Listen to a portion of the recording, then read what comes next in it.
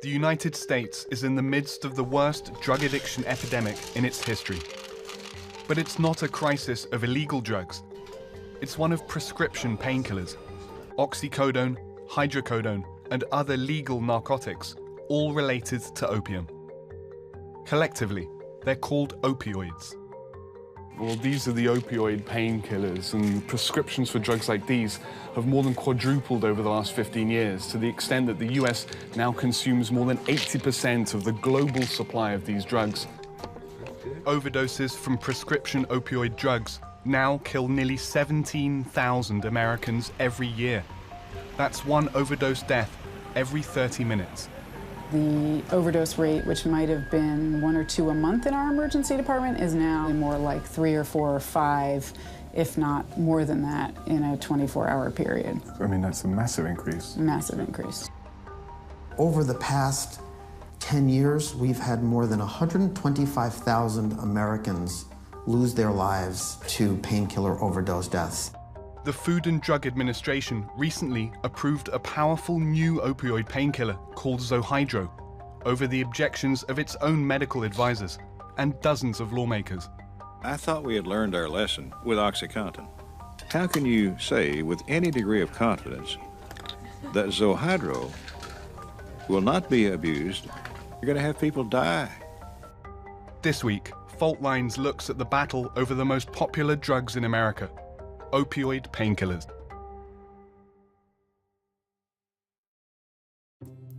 There is big controversy tonight involving a new narcotic painkiller. The drug about to hit the market is called Zohydro, but many are now asking, is it even needed? And did the FDA ignore warnings by approving it? At the heart of the debate, whether or not the drug may be too powerful and potentially addictive.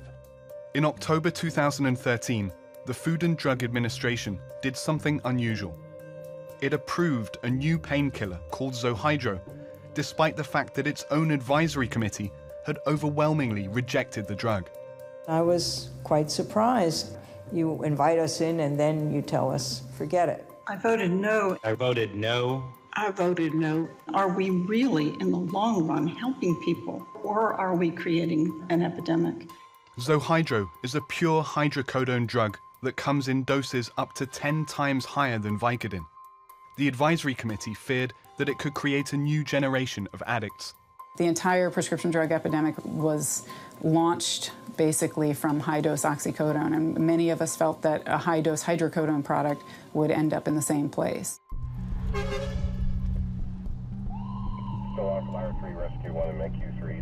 Few areas have been more impacted by this epidemic than the state of Maine.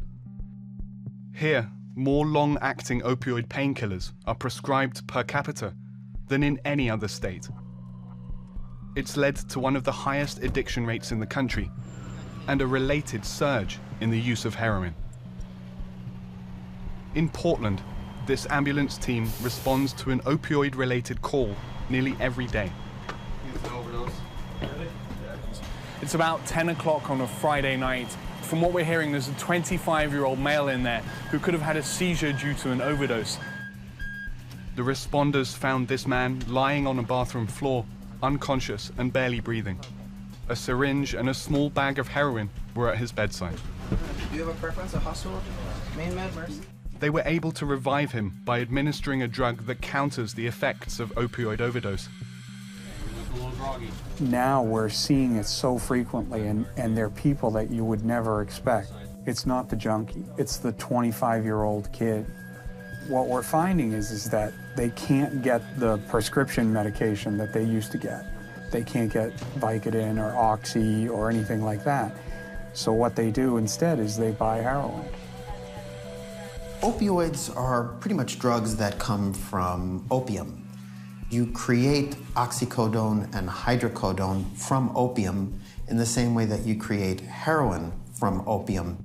And when you look at the effect that hydrocodone or oxycodone or heroin produce, it's pretty much indistinguishable.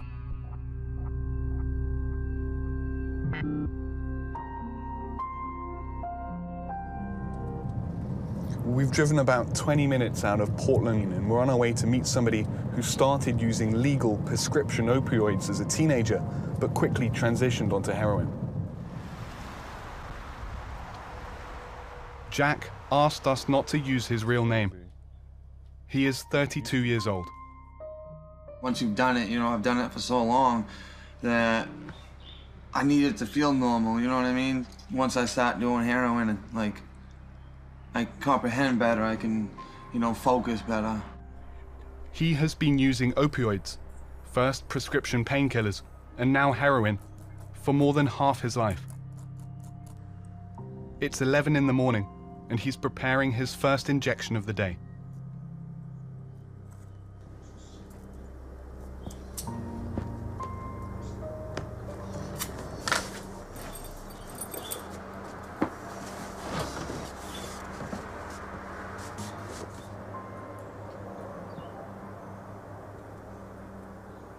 Look at that first shot.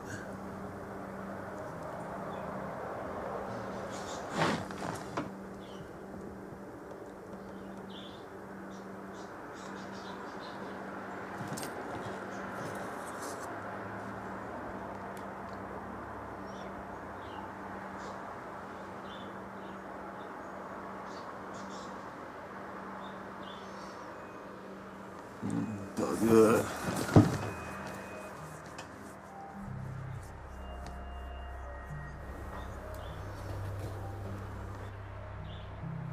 What does it feel like?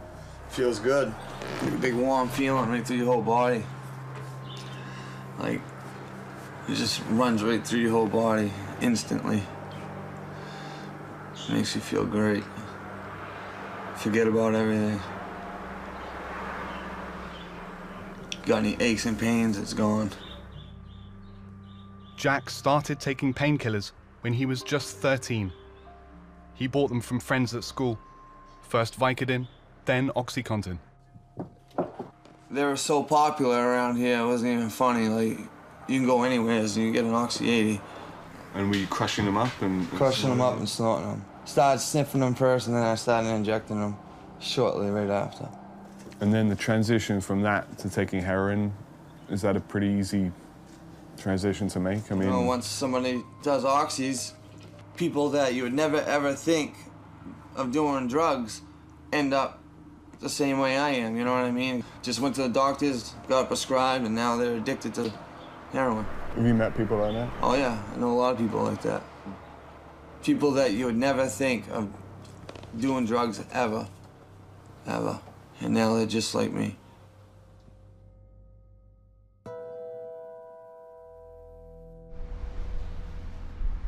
In the last 5 years, heroin use has nearly doubled across the US. 4 out of 5 heroin users switched to the drug after first taking prescription opioids.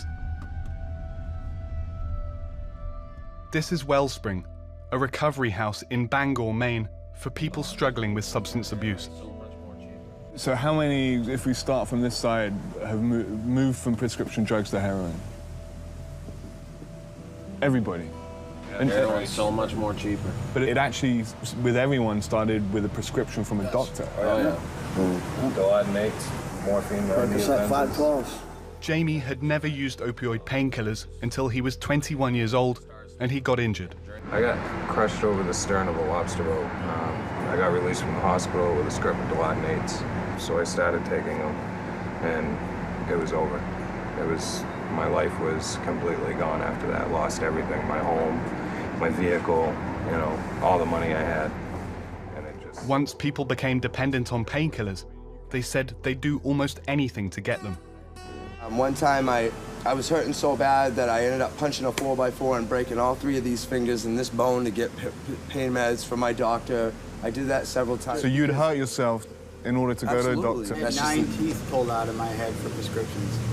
At the time, that's how my To get a prescription? Yeah. I've been with like groups of people where they've taken like bats to their wrists. Broke arms. Easily. I mean, how many people do know someone that's died of overdose from... Everybody.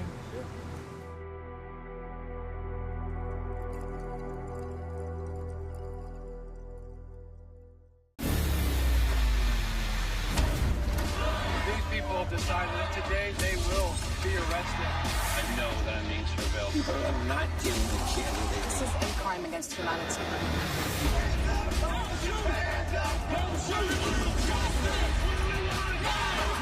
They're running towards the explosions going on. We're not quite sure what. To watch more episodes of the Emmy Award-winning series Fault Lines, check your local listings or visit aljazeera.com. From a Keen store in Portland, Oregon. One purpose of painkiller drugs is to help the millions of Americans who suffer from chronic pain. David Derkoop is one of them. For over 20 years, he's been in nearly constant discomfort since injuring his back in an accident. It becomes almost like a partner that you walk around with all day. And you don't like that partner very much. But you've got them there, and they're with you 24 hours a day. I think about being out of pain every day of my life. In the late 1990s, David was part of the first wave of people prescribed OxyContin for chronic pain. I was told that there was a new medication that came out, and it was primarily for cancer patients, but they were trying it for chronic pain patients. You know, if the doctor prescribed it, it's got to be good. I remember on the bottle it says, do not bite or crush this medication. Well, why not? What happens if you do? Well, I found out that you get the full effect of 12 hours of medication, you know, in 15 minutes. And from then on, you know, the devil's got you. It was only after years of addiction treatment that David was able to drop OxyContin. He now gets by on 2 morphine pills a day. That's the question on the table, is how long should a doctor prescribe medication? And at what point are you doing more harm than you are good? Opioids are very important medications for easing suffering at the end of life. And they're very good at relieving pain on a short-term basis. But if you look at the bulk of the opioid prescribing in the United States, it's for very common chronic conditions like low back pain. Dr. Andrew Kolodny is an addiction specialist who advocates for reform in opioid drug policies. He says the manufacturers of OxyContin encouraged a shift in the medical thinking about opioids. There's no need for anyone to suffer in pain anymore. This pill, that's the time-release pill, solves all the problems. See what it's like when you're not in pain anymore. Take these medications. When Purdue Pharma launched OxyContin, they launched a marketing campaign and an educational campaign to convince the medical community that we had been under-prescribing opioids. There's no question that our best, strongest pain medicines are the opioids. To convince us that we had been allowing patients to suffer needlessly because of what they called an overblown fear of addiction. The culture, actually, of the time was, let's treat everyone with opioids at whatever dose necessary, and if some doesn't work, we'll give a higher dose. Many of the patients, I would have to keep increasing the dose. That brought them up to doses that I didn't feel were safe. I consider it a population-wide experiment on American citizens that let's just give them all opiates. Here in Seattle, Dr. David Taubin is part of a group of physicians who are changing their approach to treating pain. Okay, so when I just lightly press, does that hurt? Tender. Okay. It's a response to a staggering reality. In 2010, doctors prescribed enough opioid painkillers to medicate every American adult around the clock for an entire month. Our oath as physicians is to do no harm, and I think we've done harm. Okay, so you've been on opiates for, remind me, how many years? Since August 08. How do I use opiates in my chronic pain practice? I use it occasionally. The primary treatment for chronic pain is management by the patient, management by the team using non-drug, non-pharmacological, and non-technological solutions. We need to flip the paradigm to opiates being a late resort. So let's start with that. Okay. But we certainly shouldn't introduce more patients into something which we recognize has been a bit of a failed experiment.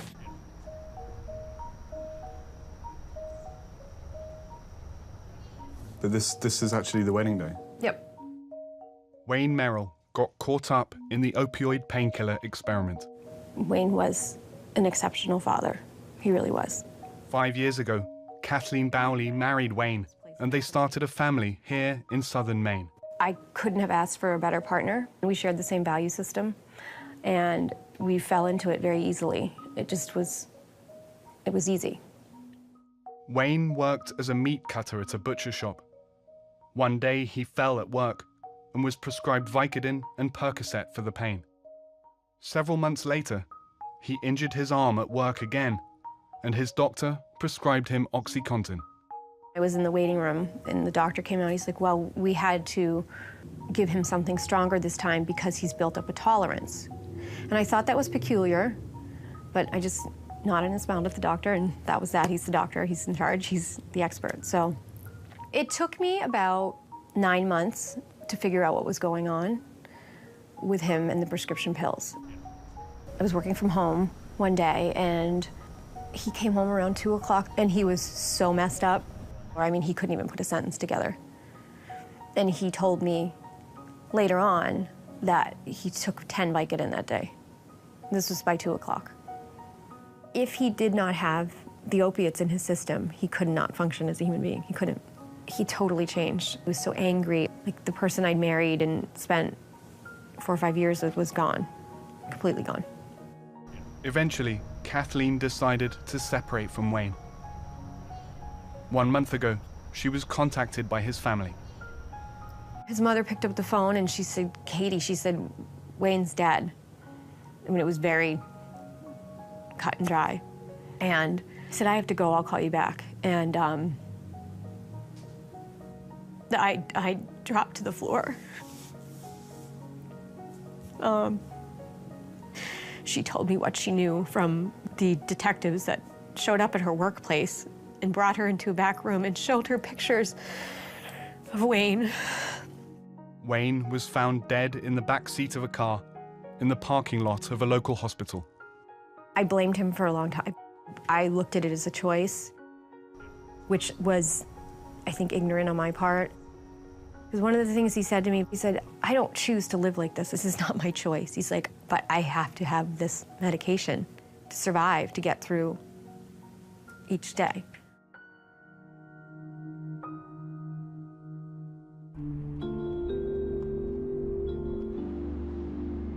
In 2010, Dr. Michael von Korff published the first study that directly linked high doses of prescribed opioids to increased risk of overdose. It may seem obvious, but it went against the conventional thinking about painkiller addiction. The problem was posed as there's good patients and bad patients.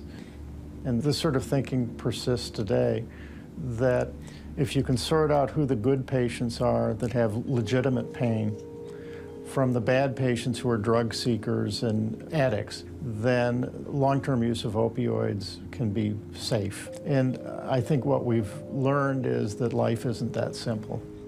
The last thing drug companies wanted anybody to think was that this was a prescribing problem. They were okay with thinking it's a substance abuse problem, that the problem is in the patient. Dr. Gary Franklin is a medical official in Washington State.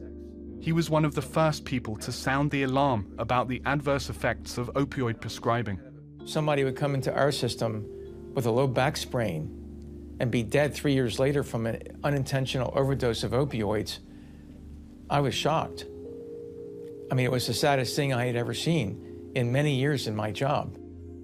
Franklin has worked to implement guidelines that limit the prescribing of opioid drugs in Washington. Since the rules went into effect, overdose deaths in the state have dropped by more than a quarter. These are avoidable deaths. There's a sea change going on in practice, and I think the regulatory agent, the FDA in particular, rather than being out in front of the sea change, is being carried along. We would not be dealing with this problem today had the FDA been doing its job properly going back to 1996. With well over 100,000 deaths, this is the worst man-made epidemic in history.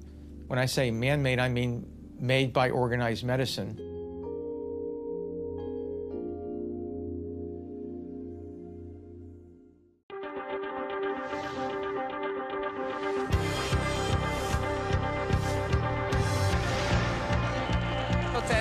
gathering There's an again. air of tension This right crowd now. chanting for democracy.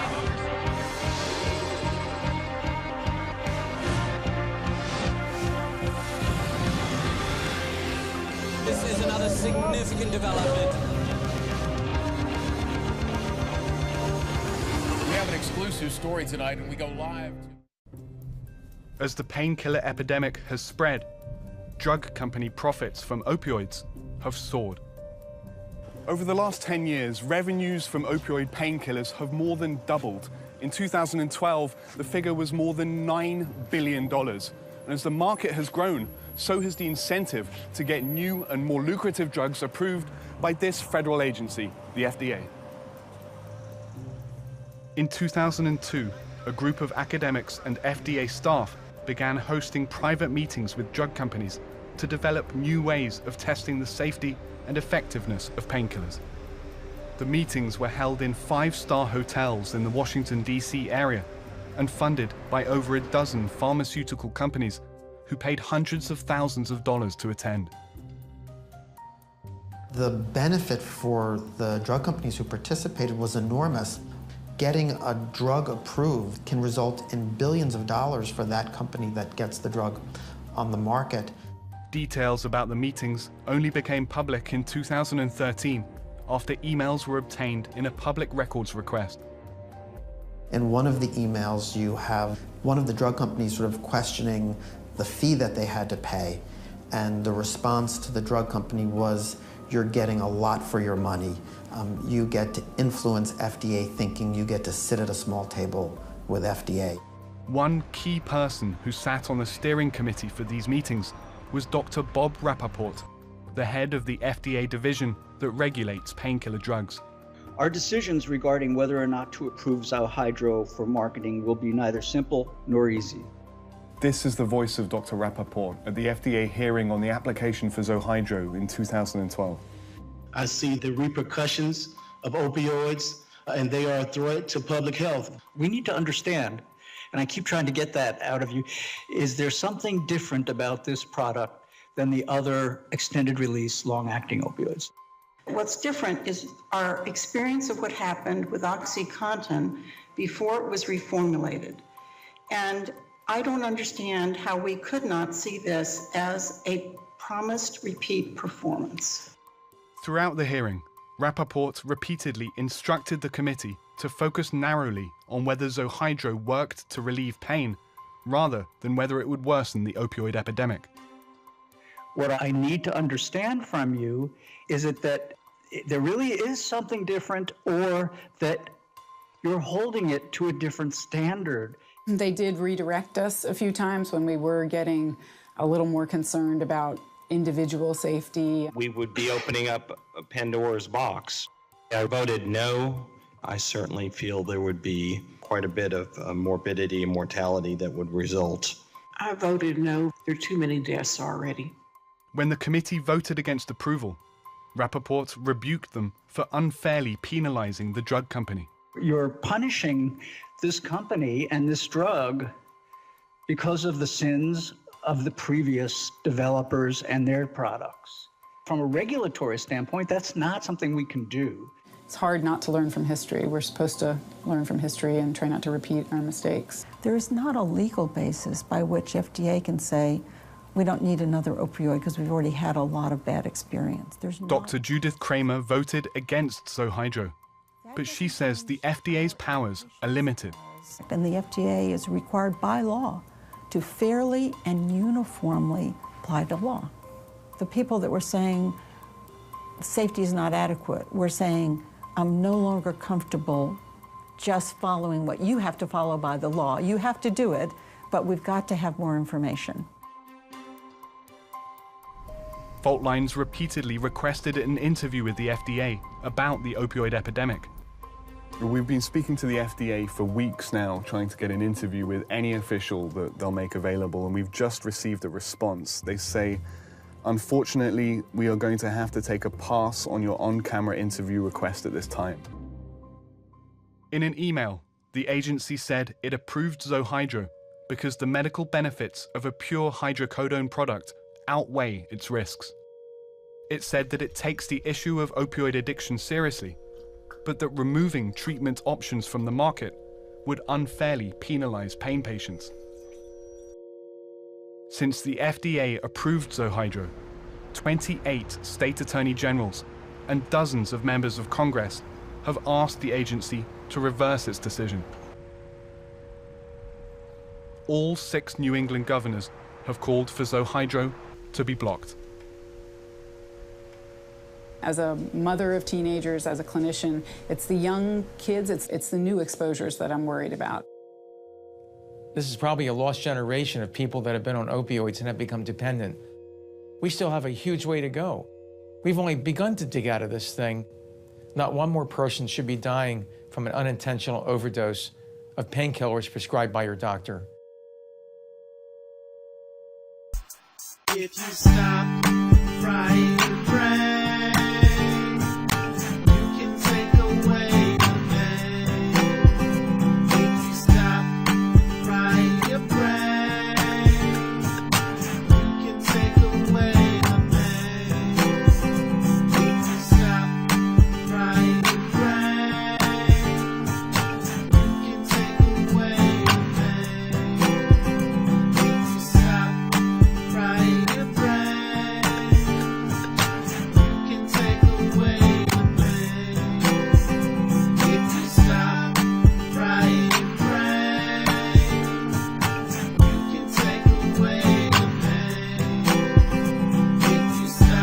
take away the pain. If you stop frying your brain, you can take away the pain. If you stop frying your brain, you can take away the pain. If you stop frying your brain, you can take away the